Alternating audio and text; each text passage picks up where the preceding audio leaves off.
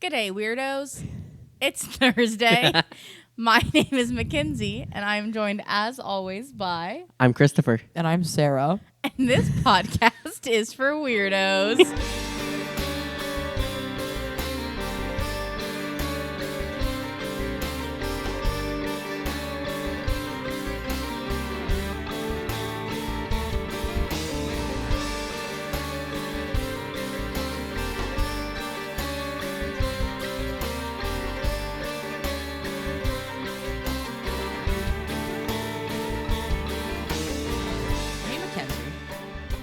What are we talking about?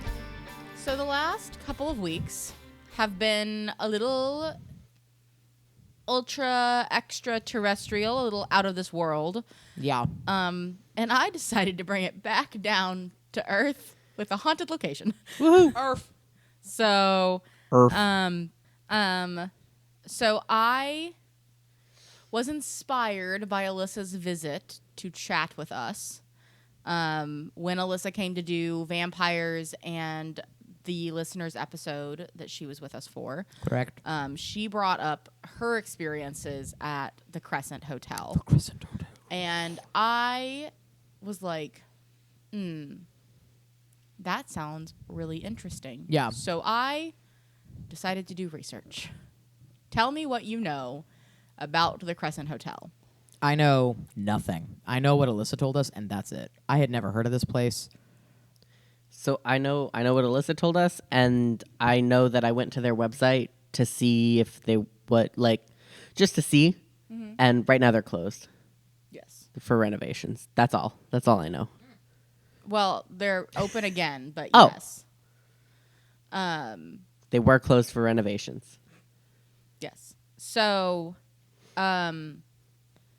the Crescent Hotel, the official name of the place is the 1886 Crescent Hotel and Spa. Ooh. It is located in Eureka Springs, Arkansas. And I have quite a bit of history about the hotel, most of it coming directly off of their history of their place from their website. Amazing. Which felt Appropriate. So I initially was going to do this topic last time we recorded. Last session. And as I was finishing the notes, I'd gotten a bunch of information off their website. There was a section that was like, get in touch with us kind of thing, like a media outreach thing, specifically for things like TV or podcasts or that kind of stuff. And I was like, great. Because I have some of the ghost stories off of their website, but but some of their information says like you have to come take a tour to get the rest of the information. Right. Very fair, very accurate. Yeah. And I was just like, okay, well, let me see this. Let me send this in from the podcast and see if I can get somebody on the phone to tell me the stories that would be told on the tour. Right. Or at least a story that's told on the tour or something like that. And I sent that right before our last recording session. Mm-hmm. I think it was the Friday of. Yeah, our recording because I sent a text saying I'm changing a topic. Yeah, and they had both seen the media outreach response email and were like, "What the fuck did you do?" Yeah, because I got here and they went, "Please explain yourself." We saw the email. Yeah, we were like, we also have that email on our phones. And so I waited. I held the topic. Yeah, and nobody ever called me. Aww. Damn. And this week, I tried 4 different times to call them. Oof. And I'm wondering if because they've had renovations, their phones are just not maybe, operational the same way as they normally are. If they've been closed. They are open for reservations and stuff like that. I'm just wondering if their phone is a little bit finicky right now still, which could very well be the case. No shade to the Crescent Hotel. Yeah. That's not what I'm doing. They just got done doing renovations. I'm just letting you know that I did make an attempt, and they may still contact us, and if they do, I will update. Yeah. No shade. It's very amazing that they even have an outreach response. That's pretty neat. Pretty kind of thing. Because other places that we've looked at don't have that kind of information. They do pride themselves on being America's most haunted hotel. Cute. They have an entire... So if you go to their regular website, to book a room, it is just the 1886 Crescent Hotel and Spa. It's like, oh, you can get married here. Here are other things you can do here.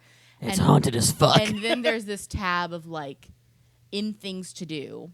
Ghosts. They have a very prolific ghost tour that they run that Alyssa talked about. Oh, right.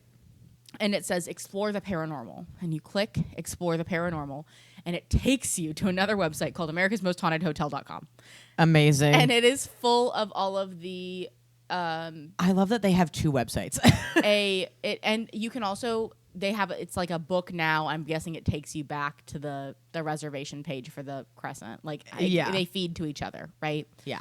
And that's where they have guest evidence. That's where they've got some of their like things they've been featured in. They have some behind the scenes pictures from when Ghost Adventures went to do an episode there. Some of those kinds of things are all on that website. So they're not keeping it a secret, but they do choose to keep it separate for those people that are not interested in that part of the hotel. Website. That's pretty cool. Respectable. Yeah. So let me tell you about Eureka Springs. Tell me about Eureka Springs. We're gonna do history, then we're gonna You should know format. the formula. You should know the formula. We do it with lakes. We do it with haunted locations. Know the formula. Tell me about the lake. And in this case, the lake is Eureka Springs. So Eureka Springs was founded. There's the word I'm looking for. Opened. I was going to say open, and I'm like, that's not the right word. In 1879. Okay. It is nestled in the Ozark Mountains. It's a very pretty location. Native Americans originally discovered Eureka Springs. It has a natural spring-fed area that is... Eureka. Eureka. A spring. Eureka. Native Americans discovered they felt like it had healing properties. Spring water is known to be really good for a lot of healing, like common natural spring. And it's surrounded by lush forests and like cliffs, so it's a protected area as far as like springs go, and it's not super exposed. News of that healing properties, spread. As it does. And so it drew in people from everywhere that were seeking that kind of solace and rejuvenation. That's a very high draw of springs anywhere. Yeah. Eureka Springs quickly blossomed into a vibrant community as enterprising individuals flocked to the area, yearning for a touch of magic in their lives. Cool.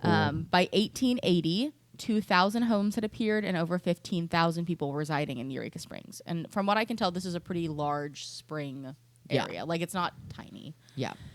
Governor Powell Clayton, a visionary leader with a keen eye for progress, recognized the immense potential of Eureka Springs and was determined to unlock its full splendor. In the late 19th century, Clayton, in collaboration with the Eureka Springs Improvement Company, embarked on a transformative endeavor that would forever shape the town's destiny. Realizing the importance of connectivity, Clayton orchestrated the arrival of the Frisco Railroad to Eureka Springs, a groundbreaking development that would revolutionize transportation and open new avenues for growth. As the train tracks reached the picturesque town, an air of excitement and possibility permeated the air. The Eureka Springs Improvement Company, understanding the town's burgeoning reputation as a healing retreat, knew that a grand resort hotel was a necessity to cater to the influx of visitors. Yep. Thus, they set their sights. Train, you need a hotel. Thus, they set their sights on creating a haven of opulence and elegance in 1886. The iconic Crescent Hotel, an architectural masterpiece, majestically stood atop Crescent Mountain, offering breathtaking views and luxurious accommodations. I was going to ask why it's called the Crescent, and now you told me, because it's on a mountain. The construction of the Crescent Hotel commenced in 1884, marking the beginning of a magnificent architectural endeavor. The hotel was envisioned as a luxurious retreat that would showcase the region's natural beauty. After 2 years of meticulous craftsmanship and attention to detail, the Crescent Hotel reached completion in 1886, standing as a testament to the era's architectural brilliance. It is a beautiful hotel. Yeah. We posted a picture of the front of it with Alyssa's listener story. Especially for the time, that building is huge. It is a very large hotel. The front entrance is like, it's got a big staircase. It's gorgeous, really pretty. It's all tiled. Like it was clearly designed to be high end, to be opulent. and it's very, and it still does that. It still meets that standard today. Following its grand opening in 1886, the Crescent swiftly established itself as a premier destination for the elite and well-to-do. The lavish accommodations, breathtaking views, and top-notch amenities drew guests seeking a respite from their bustling lives. The hotel quickly gained a reputation for opulent ballrooms, exquisite dining experiences, and exceptional service. So they were just a good hotel. Good hotel. They were just good at their job. Yeah. And for the next 15 years, the hotel was operated by the Eureka Springs Improvement Company and was an exclusive hotspot for the elite. Cool. So, from 1886, moving into the early 1900s. Gotcha. In 1902, the hotel was leased to the Frisco Railroad for 5 years. So it went from it was still overseen by the ESIC, but it was technically operated by the Frisco Railroad. Because Arkansas does get snow. Fun fact. It do. It do get snow, and it do get snow that stick. It do snow there. And it's in the mountains. It's in the Ozark Mountains. Yeah, they get in the snow. mountains. It's on a mountain. The hotel is on a mountain in the mountains. So it's snow there. It's snow there. Because of slow business in the winter, which is Because it's snow there. it was also very common in that time for people to not travel as much in the winter, just due to Right, like you close up. for the in the season. winter. Yeah. Crescent College was opened inside the space, and they provided education to women until 1934. That's cool. Like So just like in the wintertime? Uh, Is this like a wintertime project that they're doing? Or? I think it coincided with the hotel. Okay. So it says the college flourished, offering a comprehensive curriculum and fostering a vibrant academic community. The Crescent College provided young women with exceptional educational opportunities, empowering them to pursue knowledge and personal growth. Cool. Over the years, the college gained a reputation for its commitment to excellence, attracting students from across the country. Although the Crescent College for Women eventually closed its doors in 1934, its legacy remains embedded in the hotel's rich tapestry, commemorating an era of female education and empowerment. That's really cool. Excellent. In Arkansas? That's In crazy. Arkansas. That's cool. So then it looks like from 1902 until 1934, it did just operate as the college. Oh. So it was Neat. then the Crescent College instead of the Crescent Hotel. Okay. That's cool. And then in February 21st, 1925, Claude Fuller, former mayor and U.S. congressman from Arkansas's 3rd District, and Albert G. Ingalls, Eureka Springs mayor, purchased the hotel. Okay. So from 1925 to 1937, it reoperated as a hotel. Okay. And in 1937, Norman Baker came on the scene. So, Norman Baker was a charismatic yet fraudulent figure. He acquired the Crescent Hotel from the congressman and mayor and embarked on an You've caught the bug. ambitious venture. He transformed the hotel into the Baker Cancer Clinic, presenting Right. I forgot about this motherfucker. presenting himself as a visionary Oh. healer and claiming to possess the elusive cure for cancer. Baker, known for his dubious nature, had amassed considerable wealth from cancer sufferers, leveraging his self-proclaimed abilities in extravagant promotions such as the Madame Pearl Tangley show and his invention, the air calliophone. He rechristened the Crescent as the Castle in the Air, broadcasting his controversial claims over the radio, asserting that he could heal cancer without resorting to surgical procedures. Despite his grandiose proclamations, Baker's treatments and medical theories held no credibility in the legitimate medical world. Shocker.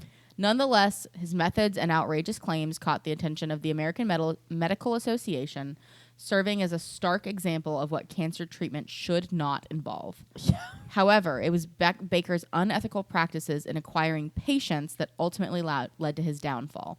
In 1940, he was arrested and imprisoned for mail fraud, putting an end to his reign. During Baker's tenure at the Crescent, he made extensive modifications to the hotel. The interior underwent a lavender-themed remodeling, adding a distinctive touch to the premises. Purple. Notably, his Baker ensured his own security was with an escape route from his office suite on the first floor, concealing a hidden staircase. His office boasted a unique 6-sided desk that served as the nerve center for his 6 different businesses, showcasing his entrepreneurial spirit and unscrupulous nature. I hate this guy. Norman Baker was a shitty man. Yeah. And I have douchebag. more to talk about with him later. I don't like this guy. We just, and the Crescent, while acknowledging that time in its history, does not say anything positive. Right. about It's what like the this Baker guy Hotel sucked, is. but it happened, so we and need to talk about they it. talk about people. There are spirits that are at that hotel that are from the mistreatment and malpractice that Norman Baker did, because a lot of people died Yeah. under his care. What? You mean Yeah. him being like, I can cure cancer by just looking at you? People died? Crazy. Yeah, So you the- do some yoga, it'll fix your cancer. So in Give me 1940, money. in 1946, it's actually worse than that. Don't worry, I'll It tell is you what worse it was. than that. It's bad. In 1946, the Crescent Hotel was purchased by Herbert A. Byfield, John R. Constantine, Dwight O. Nichols, and Herbert E. Shutter. Acquired the hotel and was set out to restore it to its former glory. Good. Okay. With a shared vision and determination, they breathed new life into the historic establishment, ensuring that its grandeur was preserved. Good. So one of the key strategies employed by them was travel vacation packages in working alongside the Frisco Railroad, which brought a new wave of tourists to the Eureka Springs area, eager to experience the charm and allure of the Crescent Hotel. These packages provided an all-inclusive experience, combining the hotel's luxurious accommodations with scenic train journeys. So it was like, come stay at the hotel And go on a fun go train somewhere trip. else, or like go to and from, that kind of thing. It's like a Jet 2 holiday. It is. Nothing beats a Jet 2 holiday. Right now. So this was in 1946. 20 years later, in 1967, there was a fire due to, they attribute it to some kind of faulty wiring, which the number of times there had been remodeling in that space is not surprising. Yeah. Ravaged the penthouse level and a significant portion of the 4th floor of the Crescent. Oof. Oh. The destructive incident prompted necessary repairs and renovations. And by 1970, the hotel had transitioned into the hands of Resort Enterprises Inc., with Dwight Nichols being the sole remaining owner of the 4 that had originally purchased the hotel from Norman Baker. Got it. Good. Or whatever Whoever. the fuck happened after Norman Baker got arrested. Right. They purchased it from the liquidation company. And then in 1972, Crescent Heights Development Inc. acquired the hotel again. Its goal was to revive the Crescent to its former glory while introducing modern amenities. Gotcha. So in phases, they restored the property and expanded the facilities.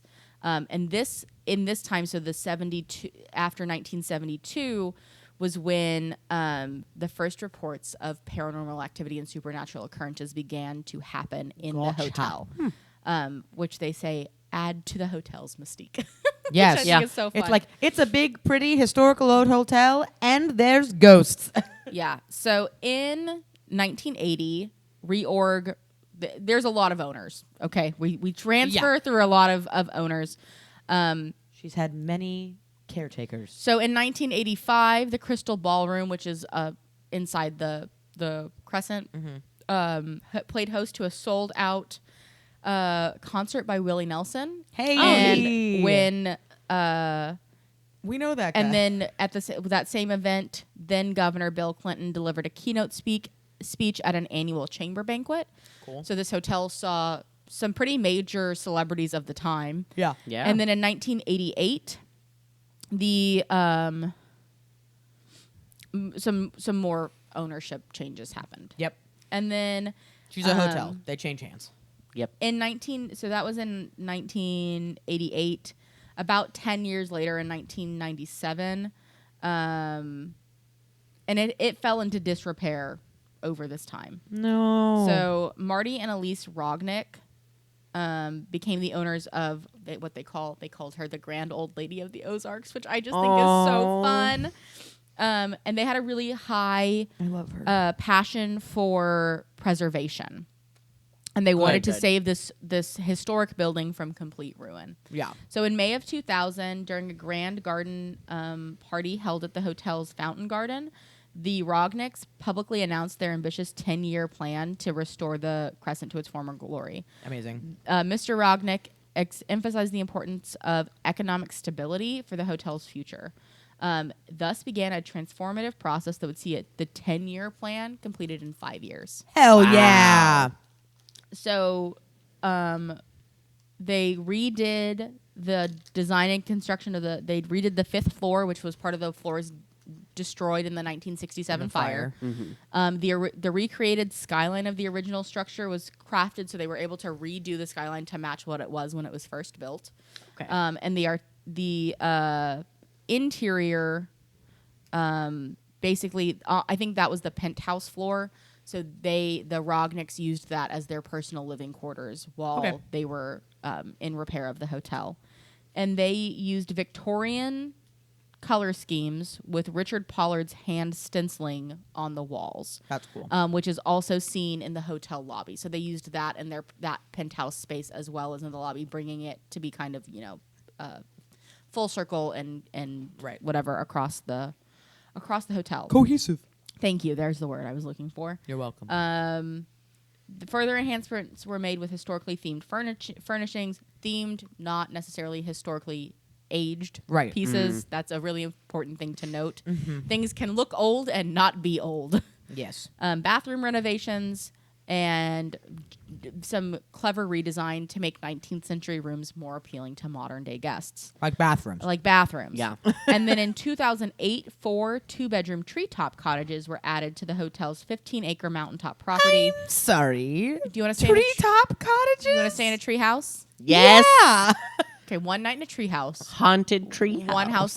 One night in a haunted room. That's fine with me. Okay. Or we can get 2 rooms. We can get the treehouse and a haunted room, and we can Switchies? Go back. trade these. Blending seamlessly with Eureka Springs' standard architectural style, and it was inspired by E. Fay Jones, who was a student of Frank Lloyd Wright, which is a very famous architect. I love Frank Lloyd Wright. And then they built a new conservatory on the site of the original conservatory used by Crescent College to allow people to do weddings and such in the space. They also added the New Moon Spa, which occupied the entire garden level of the hotel. Initially offering just spa services, it expanded to include full hair, makeup, and nail salon services to cater to guests and brides. Yeah, I was about to say for weddings. And then during renovations, they were able to find the old duck bowling lanes, and they were incorporated into the design of the salons. They saved that architecture when they found it. They didn't just pull it out. Duck bowling?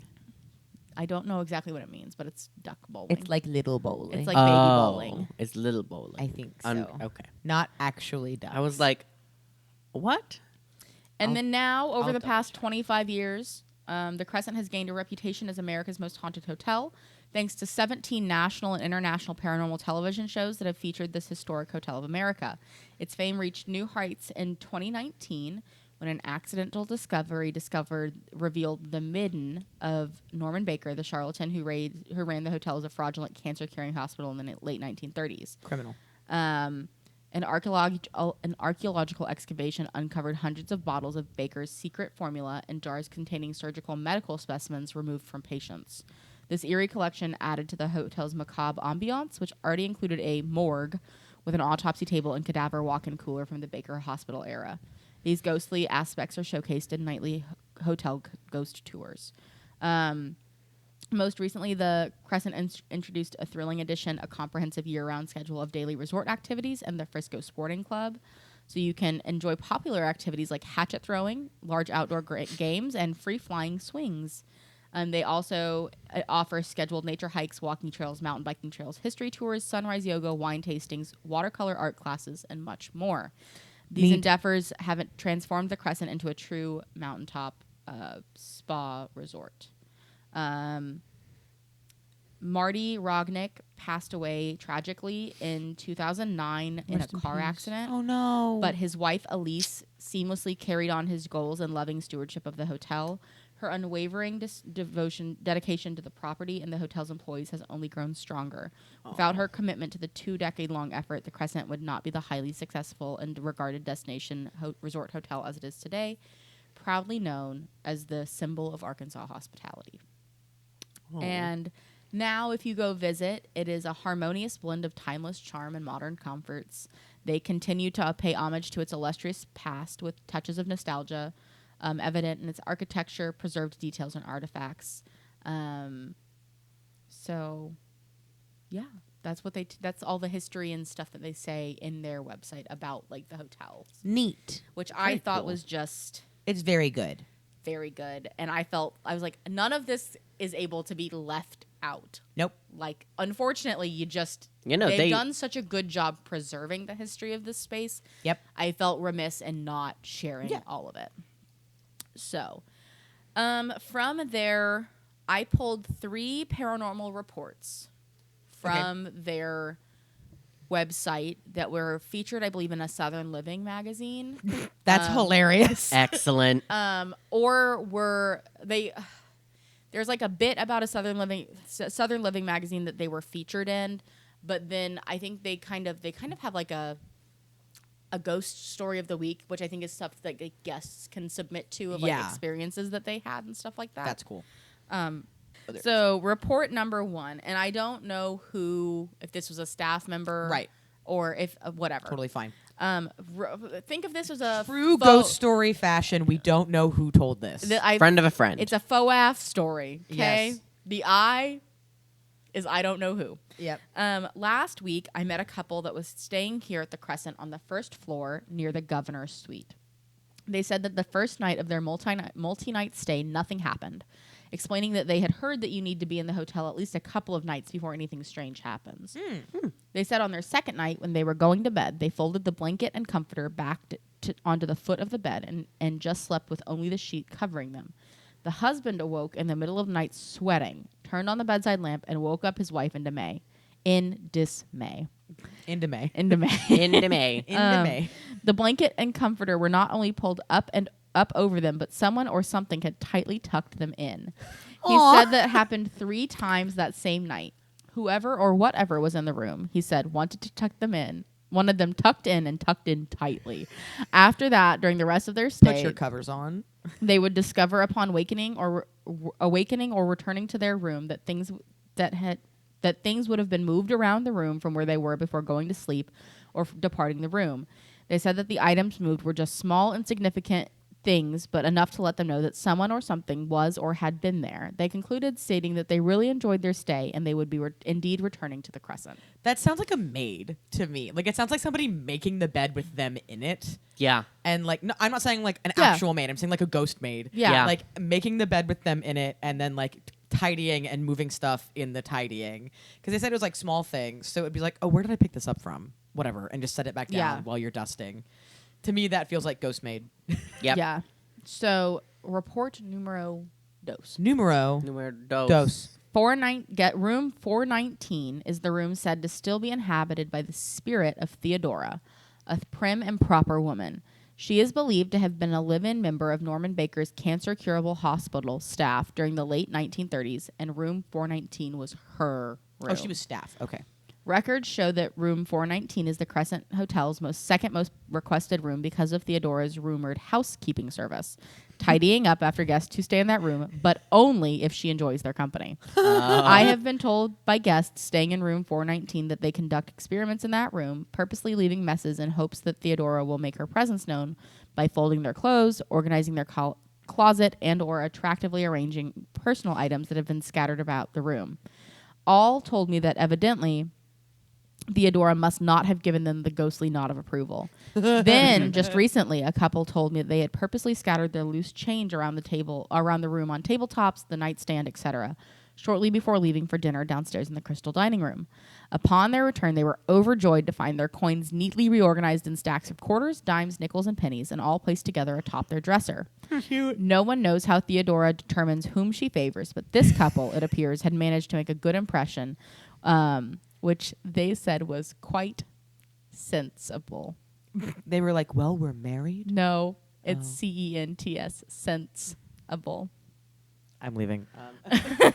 No, but I do think it is like one of those things that it's like people who were doing shenanigans, maybe she doesn't like you because, one, you're just a messy teen. Right, you're doing it on purpose. Or like, you know, if this was like a lovely like married couple and she was like, oh, look at this cute married couple on their thing. Like I'm thinking like, oh, these other people were like unwed sinners. And she was like, no.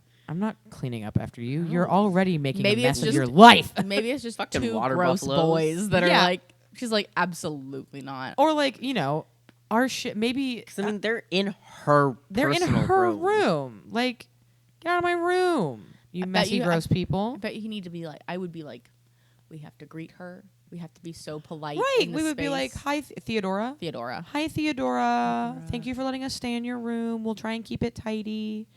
We don't want to make it messy. We don't want you to feel uncomfortable and like Yeah. you're in a mess or you Yep. have to clean up after us.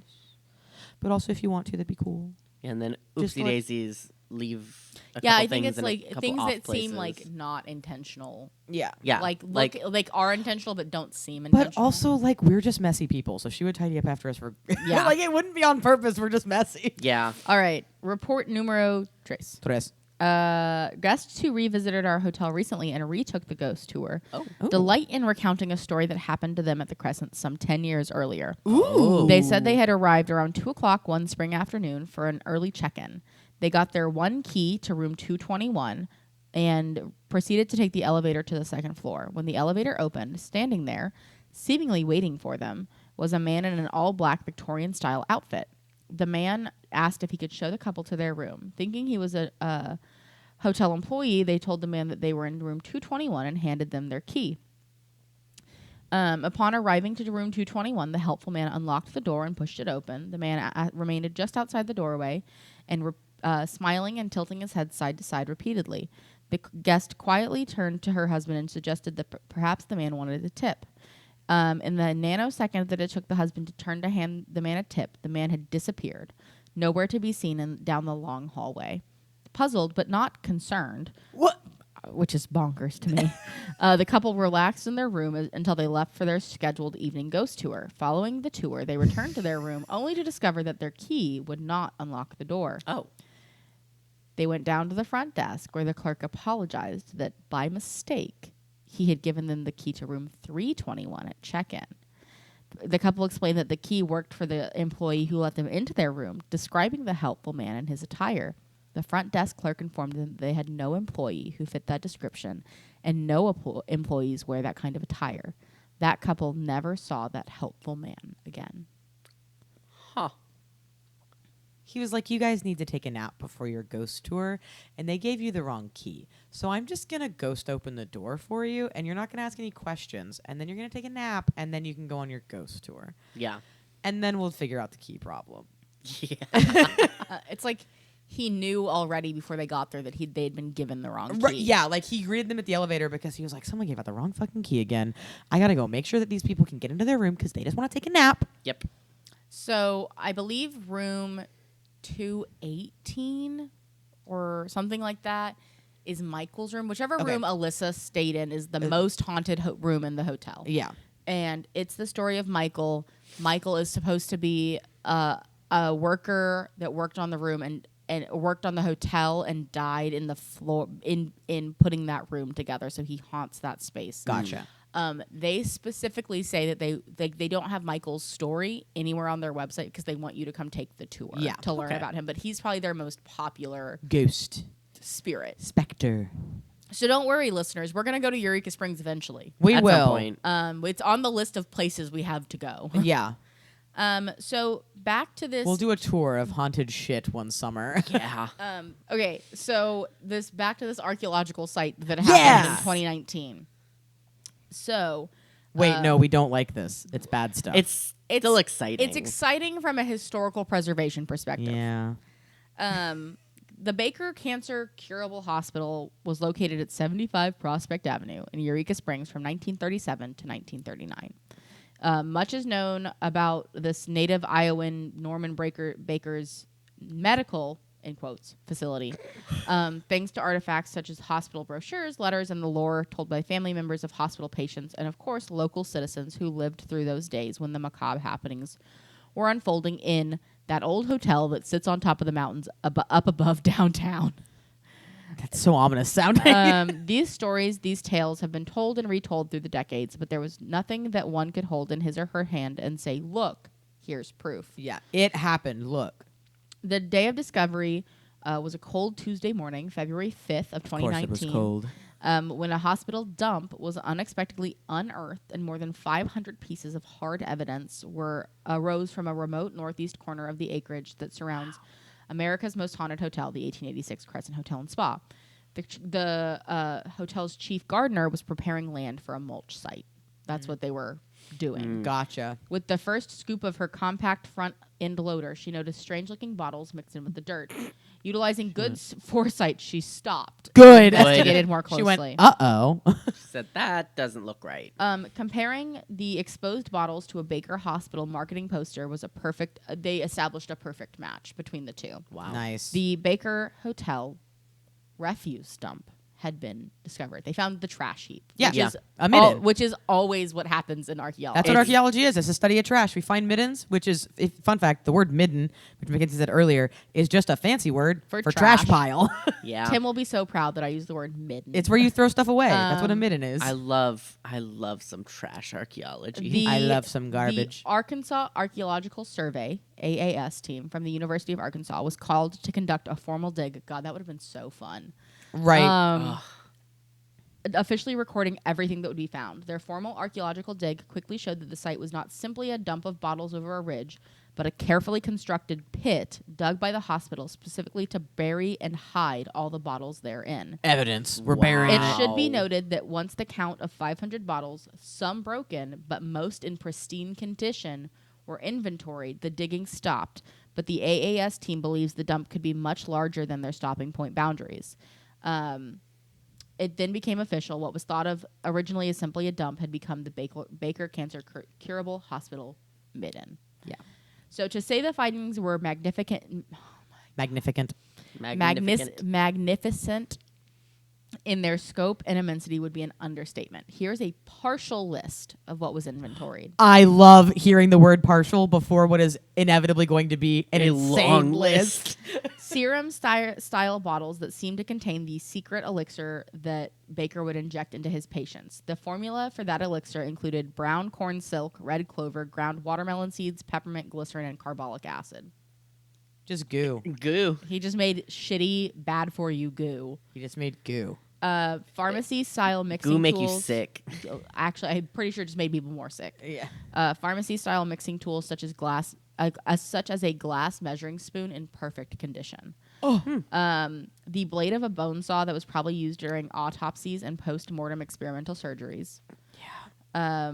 The reels of Baker's 16 millimeter promotional films from which one frame was clearly legible with the words "before Baker treatments."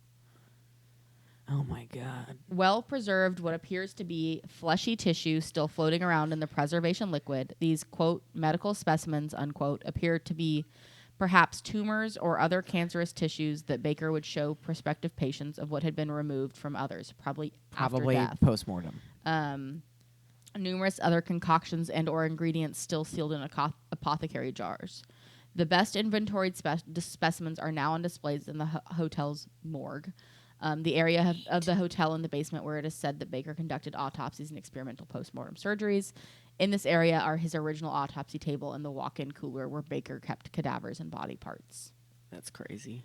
So If we go there, I don't want to go in there. I do. It's Y'all part of- can. I don't want to go in there. It's on the part ghost of the tour. ghost tour. Yeah, So I'm I not may- sure how to skip the room. I may just tell our tour guide, like, pull them aside at the beginning and be like, "Hey, I don't want to go into the room where the bad cancer doctor did stuff downstairs. Can I just wait outside, Yeah. please?" They do have the daily tours. I think there's a couple of different times, and there's one that's like more appropriate for children For to young be on. Kids and families. And then there is like later in the evening, The and I ooky believe a spooky one. midnight one or a We 10 have to do o'clock that one. there were like at one point like 5 different tours that I had seen. Mm-hmm. If they're still in under renovations, I'm not sure if that is limited right Yeah. now. But they do have a calendar with like all of the tours Mm-hmm. available. It is best very clearly laid out on the website if you are interested to basically go ahead and book your tour as soon as you've booked Your room. reservation. Yeah, Because they will sell out very quickly. very, very quickly. And that's one of those, like, we could do a late tour because we're staying there. Yeah. Yeah. So we can do like a late night one. And people then will just go to sign up bed. for people will sign up for tours that don't stay at the Right. hotel. That's all I have. Ooh, that was I love that. Do you guys? What did you learn? What great. did Everything you said was new information to me, except for the stuff about the cancer guy, Yeah. because I forgot that was at this hotel. I heard about that. I don't remember where. I mean, I saw the Ghost Adventures episode when it came out. That's fair. I remember that Yeah. Ghost Adventures episode because I remember even Zach with his questionable like beliefs And ethics. and ethics was like, this man was Bad. This is bad. This is a like bad what guy. what this man did, and that was before the discovery of the midden. I'm almost positive. Yeah. And even then, he's like, this man was nuts. Like have how to dare look. how dare you do this to people, kind of thing. I was really hoping I would be able to get somebody from the hotel on the phone, Right. to try to get that firsthand that would have been great. That would have been really cool. information. But that's not your fault. No. I did my best. I Yeah. called their number a lot, and then I was like, because like I was like, okay, no, I'm gonna like talk to a real person. I'm gonna be a big girl and get on the phone and talk to a person. Proud yeah, of you. and that's amazing. And that just didn't happen. So I'm hoping either they call us back later on once they're able to get their system back online and we get that information then, and I'm able to give an update, or when we inevitably go on a haunted road trip, Yeah. investigation summer, or whatever we're gonna end up calling that particular trip. Yep. Yeah. That exactly what you just said is what we're gonna call it. What did you learn? What did you think? So I do have the memory of a goldfish. So everything you said was brand new information to me. Good. Love that. It was excellent. I really as horrible as the bad cancer stuff is, that kind of stuff fascinates me. Yeah. Hocus pocus, bad medicine is something that just is such an interest Mineral for me. wells is very similar. Right. Like when we talk about mineral wells later on. Yeah. Very similar in the healing properties of weird water. Yeah. Well, Yeah. yeah. I definitely agree. There is weirdness to weird water, and it does help somehow. There's a reason that everybody flocks to mineral water? wells. Yeah. Yeah. And And I different think, springs. I think there's still a lot to be learned about what spring water specifically. I don't think you know, people talk about a lot about the healing nature of that kind of water. It would be interesting to look up. I'm sure somewhere there is, but either look up or see a formal study done on what exactly the different minerals in spa water do to rejuvenate the body differently yeah. than whatever. Anyway, that's not the point of what we But just yeah, talked no, about. But Victorian malpractice is just something that this was Depression era malpractice. fucking Depression era malpractice. Yeah. It was modern enough he knew better than what he was doing. Yeah, but that kind of malpractice is so fascinating to me. Yeah. That's Quack doctors, It's- man. It it's is sad, but very interesting. Yeah. It's interesting from a how did you let this happen? How did you let this perspective. happen? The archaeology is really exciting. The archaeology is very interesting. But I do love all the ghost stories. I apparently was thinking of a different quack doctor It's the one cancer thing that's in somewhere in the desert in the West. Yeah. that I don't remember what his name is. Is it the Golden? Is it in Nevada? I don't remember exactly where it Okay. is, I but think I that's have like heard what that I was one. thinking of. I was like, I've heard this is familiar, but it was a different guy. Many a quack doctor. that- Many a Many quack a doctor quack that thought doctor. that they could heal people or pretended. They didn't even think they could. No. They were They lying. were- to They get knew money. they could. They were snake oil salesmen that Yep. were Yeah, out we're just that- trying to get money, and money. it's crazy because Some the of whole them thing weren't with doctors. no, No, he wasn't they- a doctor. He wasn't a Yeah. doctor. The crazy thing with most of these is that like snake oil salesmen had the right idea. They sold you a lie and then fled. This Yeah. guy like built a hospital. Yeah. Or like didn't build. He moved into an existing building and said it was a hospital. Yeah, no, all of that was new information to me. Somehow I had never like heard of this place, and it's probably because it was on Ghost Adventures. I mean, it's been on a lot of other. Yeah, I don't think it it's- was ever on any of the ones that I watched, which is probably why I didn't know. I think it's been on. I can look up the list, but Yeah, I'm pretty it's sure it's fine. been on Mysteries at the Museum in Yeah. some capacity. I think after the archaeological survey was done, they Yeah. they did something about that. It's in many top 10, top 20, top 50 Right. like lists Yeah. of haunted hotels or haunted top haunted Right. cities in America. Like on all of the good Destination America travel, Yeah. sci-fi kind I'm of. gonna look at my two shows. books. My two books that it might be in. I've got my America's Most Haunted and my Haunted Hotels book. So after we wrap, I'm gonna look and see if it's in either of those. Yeah. Anyway, I think that's all you need to know for now about the Crescent Hotel, the 1886 Crescent Hotel and Spa. Join us next week for some holiday fun. Thanks for listening. This podcast is for weirdos. Are you a weirdo?